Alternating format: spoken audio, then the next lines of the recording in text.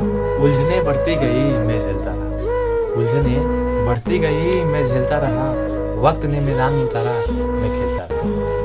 लोग कहने लगे कि तू पागल हो जाएगा, लोग कहने लगे कि तू पागल हो जाएगा, पर मैं उनकी बातों को मन में दबाए अपने सपनों को भूलता रहा। लेकिन कैसे बताऊं लोगों कि जब वक्त बदलेगा ना तो मैं नहीं, मेरा विश्वास बदलेगा। रही पागल लोग नहीं पूरा इतिहास में दोस्तों। तो आज की इस वीडियो में हम लोग जानेंगे कि अभी से पढ़कर टॉपर कैसे बने या अच्छा मार्क्स कैसे लाएं। ठीक है, बोर्ड एग्जाम या रहे 10th का या रहे 12th का। देखिए, तो अभी से पढ़कर टॉपर बन सकते हैं, बिल्कुल बन सकते हैं।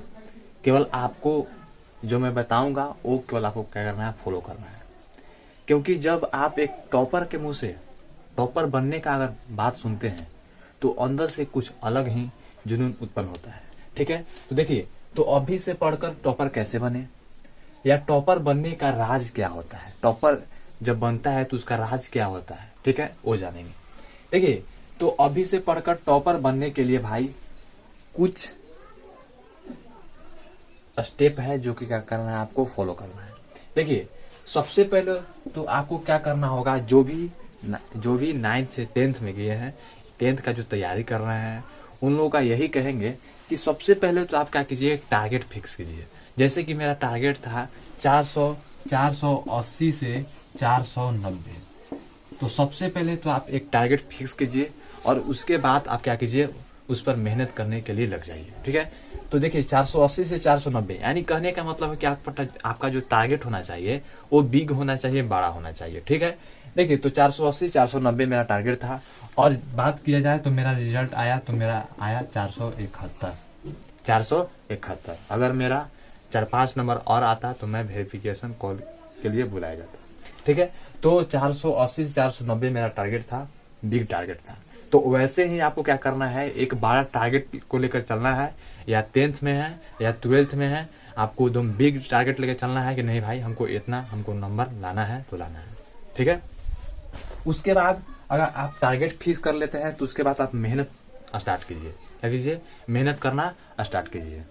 क्योंकि जब आपका टारगेट बड़ा होता है तो आप मेहनत भी करते हैं। ठीक है, देखिए, तो मेहनत कहा जाता है कि hard work is the key of success.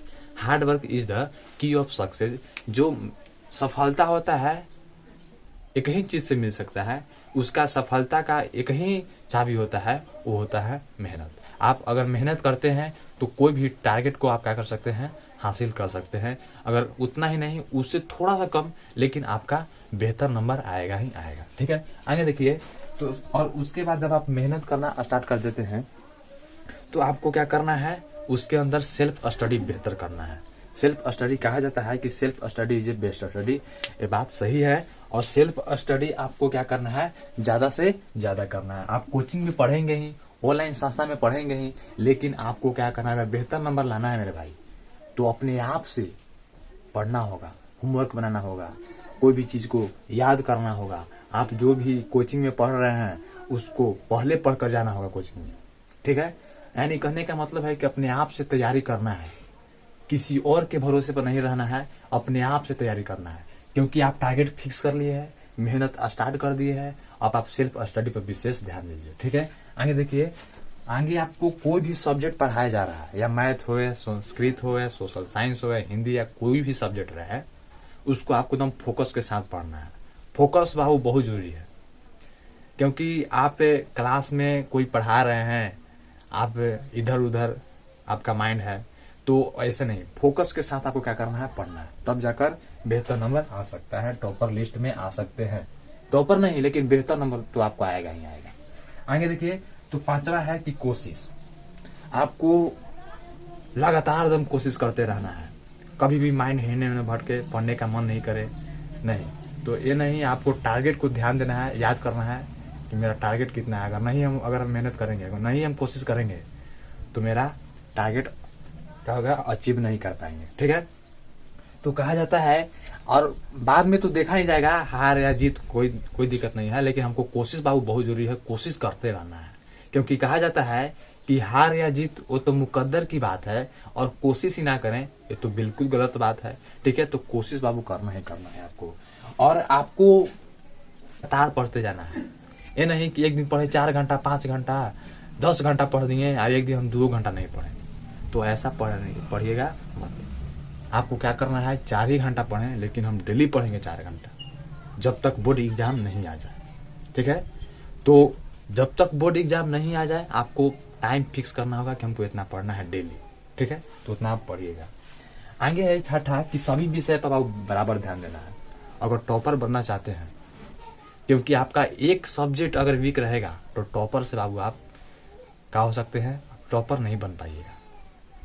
इसलिए आपको कहते हैं कि सभी विषयों पर आपको क्या करना है, बराबर बराबर ध्यान देना है। जो वीक है उस पर विशेष थोड़ा ध्यान दीजिए और उसको मेंटेन कीजिए। ठीक है, तो वैसे वैसे सब्जेक्ट पर क्या कीजिए, आपको विशेष ध्यान देना है। जैसे वीक है आपका, जैसे मैथ हो गया वीक, उस पर क्या करना है, आपको विशेष ध्यान देना है, उसको ज्यादा से ज्यादा प्रैक्टिस करना है घर पर, या कोई भी सब्जेक्ट वीक रहे उस पर विशेष ध्यान देना है। और 7वां बहुत इंपॉर्टेंट है मेरे भाई, और राइटिंग बहुत इंपॉर्टेंट है टॉपर बनने के लिए, क्योंकि आप मेहनत बहुत कर रहे हैं, सेल्फ स्टडी बहुत कर रहे हैं, लेकिन आपका राइटिंग नहीं रहेगा ना तो टॉपर आप नहीं बन पाइएगा। इसलिए आपको क्या करना है, राइटिंग पर विशेष ध्यान देना है। जितना से जितना लिखिए। कोचिंग में जाते होंगे, वहां पर लिखाया जा रहा होगा, वहां पर तो आपको लिखना ही है। और घर पे आइए, उसके बाद आप क्या करना है कि 2 पेज डेली लिखना है राइटिंग, तब जाकर आपका बेहतर नंबर आएगा। और स्पीड बढ़ाना है राइटिंग का। ठीक है, तो इस प्रकार आप करते हैं, इतना काम करते हैं तो आप टॉपर पक्का बन जाइएगा। क्योंकि 471 अंक या इससे ऊपर आपको लाना है, तो ये चीज तो आपको करना ही होगा। क्योंकि टॉपर बनने के लिए भाई बहुत कुछ त्यागना पड़ता है।